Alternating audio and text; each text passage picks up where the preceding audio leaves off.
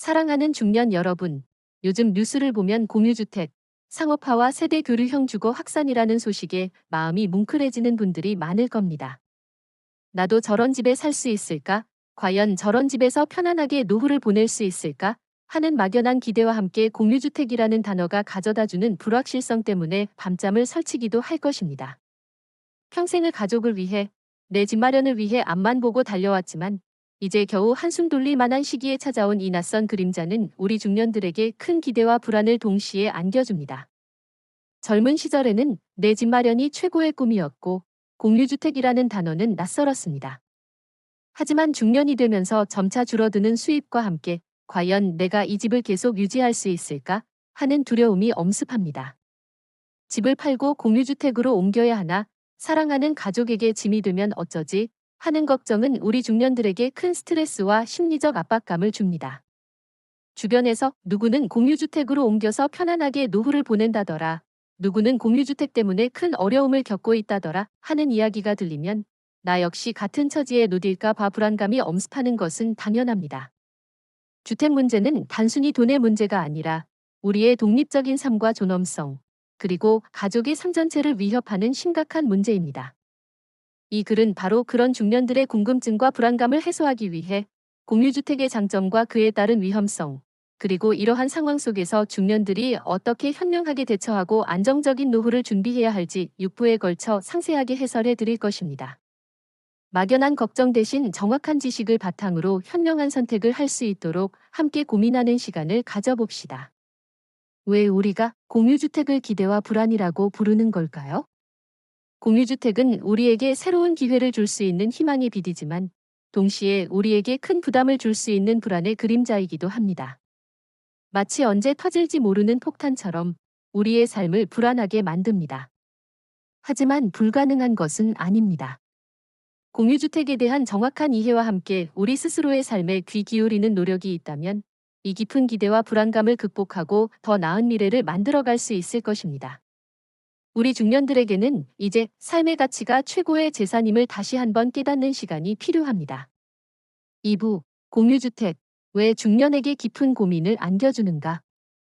사랑하는 중년 여러분, 공유주택은 단순히 주거 형태의 변화가 아니라 우리 중년들의 삶의 방식과 주거 문화가 만들어낸 결과물입니다. 왜 우리 중년들에게 이 공유주택이 이토록 깊은 고민을 안겨주는지, 그 원인과 메시지를 정확히 이해해야 불필요한 오해와 피해를 막을 수 있습니다.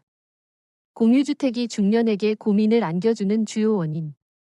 첫째, 정보 부족입니다. 많은 중년들이 공유주택에 대한 정확한 정보를 가지고 있지 않습니다.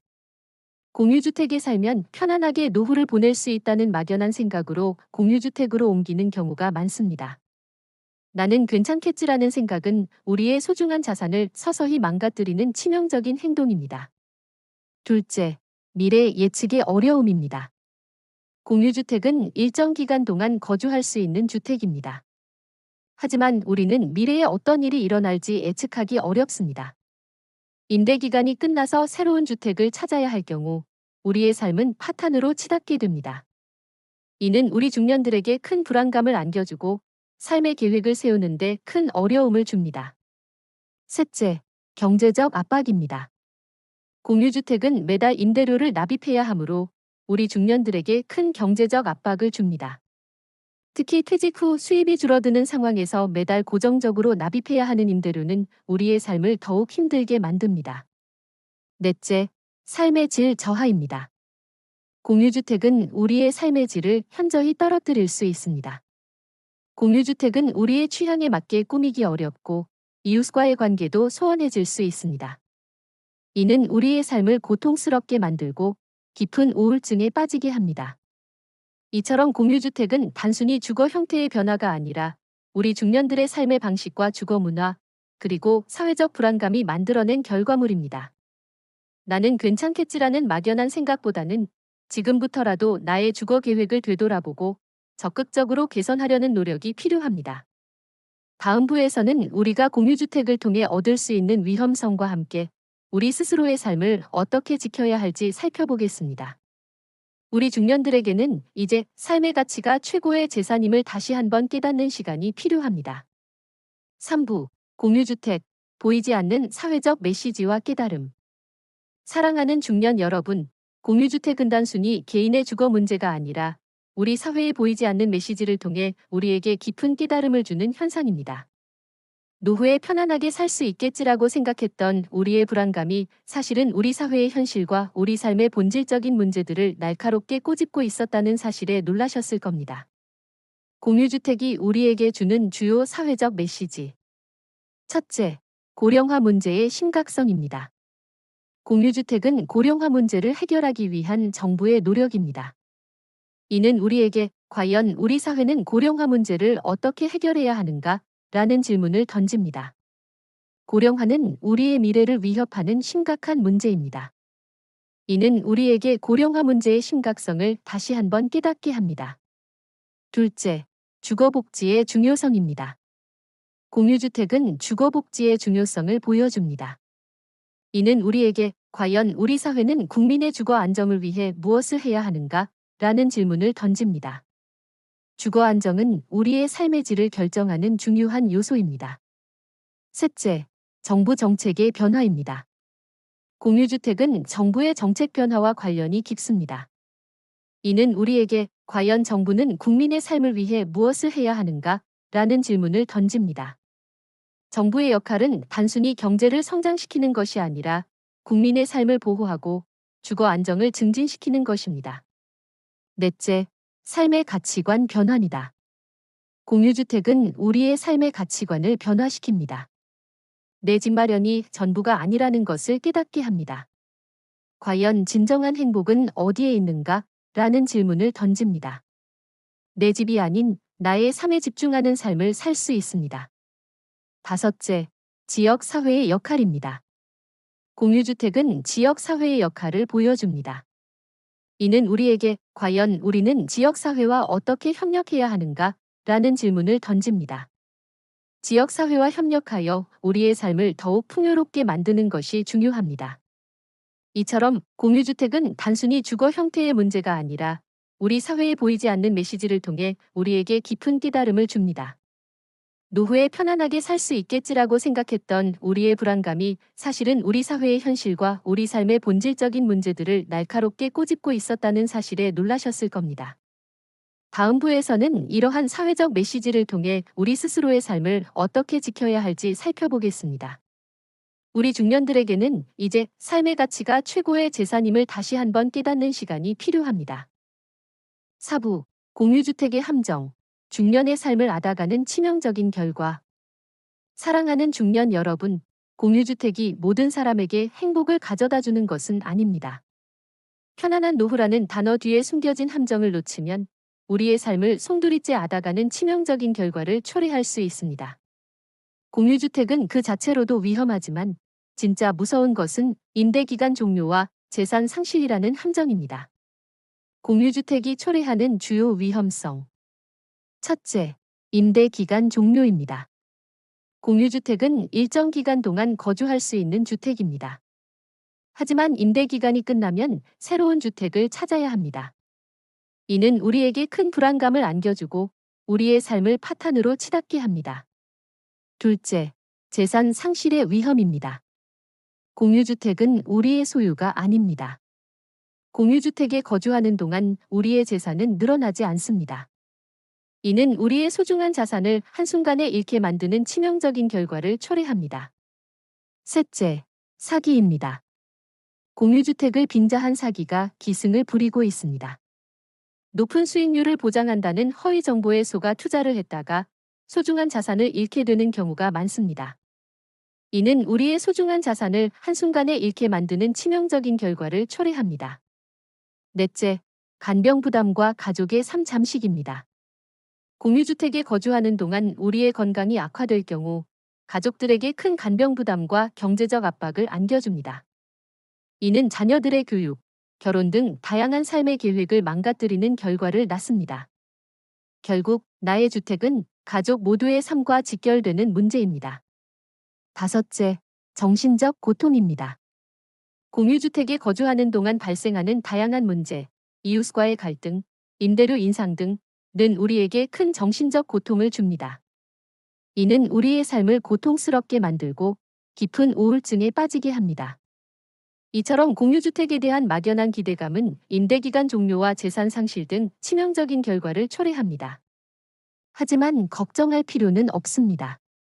공유주택은 정확한 분석과 현명한 선택만으로 충분히 안정적으로 관리할 수 있습니다.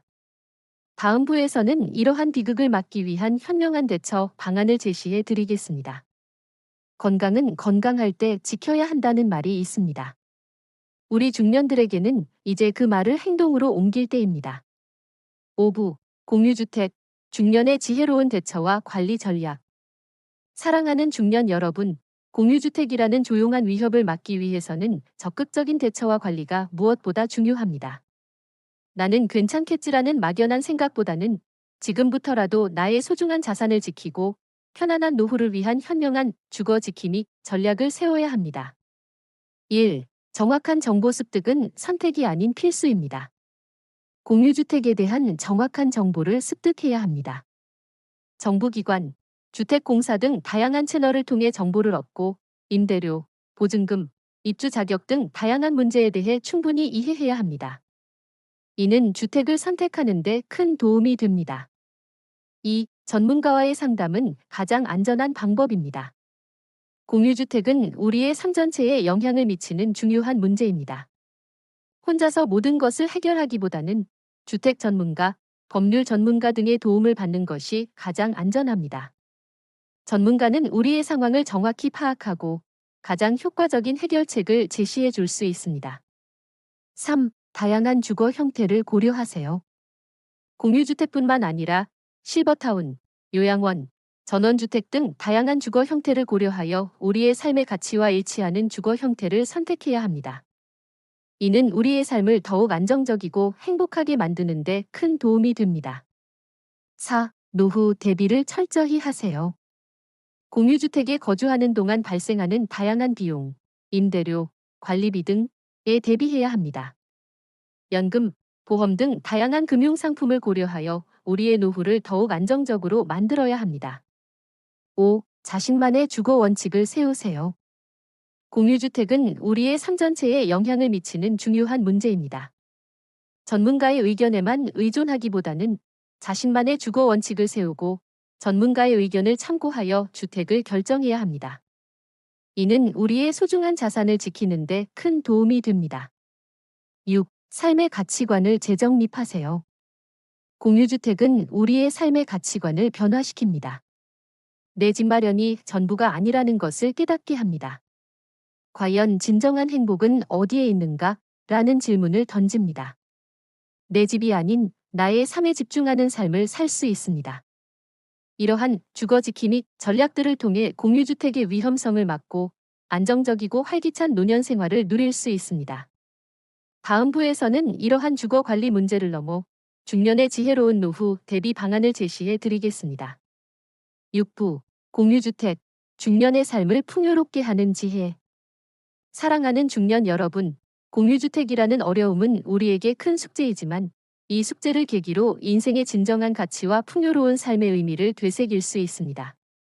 단순히 질병을 극복하는 것을 넘어 우리의 정신적 건강과 행복을 위한 삶의 지혜를 함께 나누어 봅시다. 1. 평생 학습과 새로운 도전으로 정신적 활력을 유지하세요. 건강관리는 우리 삶의 중요한 부분입니다. 끊임없이 배우고 새로운 것을 시도하며 정신적인 활력을 유지하는 것이 중요합니다. 지역 평생교육원이나 복지관에서 제공하는 무료 또는 저렴한 강좌를 수강하거나 관심 있는 분야의 자격증에 도전해보세요. 이는 삶의 만족도를 높이고 새로운 활력을 불어넣어 줄 것입니다. 2. 사회 참여와 관계 형성으로 고립감을 벗어나세요. 아프다고 해서 집에만 머물러 있지 마세요. 지역 사회활동, 동호회, 자원봉사 등 다양한 활동을 통해 사회와 계속 소통하고 의미 있는 역할을 찾아보세요. 새로운 사람들을 만나 관계를 맺고 친구들과 활발하게 교류하는 것은 정신건강에도 긍정적인 영향을 미칩니다. 외로움은 건강을 해치는 가장 큰 적입니다. 3. 가족과의 소통은 삶의 따뜻한 버팀목. 나의 주거 문제로 고민이 많을 때 가족과의 솔직하고 투명한 소통은 큰 힘이 됩니다. 나는 괜찮다고 숨기기보다는 요즘 주거 문제 때문에 걱정이 많다고 솔직하게 이야기하고 가족의 따뜻한 이해와 격려를 구해야 합니다. 또한 아픈 가족을 돌보는 가족들의 마음도 헤아려주는 것이 중요합니다. 따뜻한 가족 관계는 우리의 삶을 풍요롭게 만드는 가장 큰 자산입니다. 4. 긍정적인 마음가짐과 감사하는 삶, 작은 행복 찾기. 아무리 힘들더라도 긍정적인 마음가짐을 잃지 않는 것이 중요합니다. 지나간 세월을 후회하거나 다가올 미래를 너무 불안해하기보다는 현재 내가 가진 것에 감사하며 순간을 즐기는 마음을 가지세요. 거창한 것이 아니어도 좋습니다. 따뜻한 햇살, 맛있는 음식 한 끼, 사랑하는 사람과의 통화 등 소소한 일상 속에서 행복을 찾아보세요. 감사하는 마음은 우리의 삶을 더욱 풍요롭고 아름답게 만들어줄 것입니다. 공유주택에 대한 어려움은 분명 우리 삶의 큰 숙제 중 하나입니다. 하지만 이 어려움을 극복하고 더 나아가기 위한 우리의 노력은 결코 헛되지 않을 것입니다. 돈이 전부가 아닌 건강하고 활기찬 노년을 위한 지혜로운 삶의 태도가 무엇보다 중요합니다. 지금부터의 현명한 노력들이 우리의 남은 인생을 더욱 빛나게 해줄 것입니다. 건강한 몸과 마음으로 우리의 아름다운 중년의 삶을 함께 만들어가는 여정, 함께 시작해 봅시다.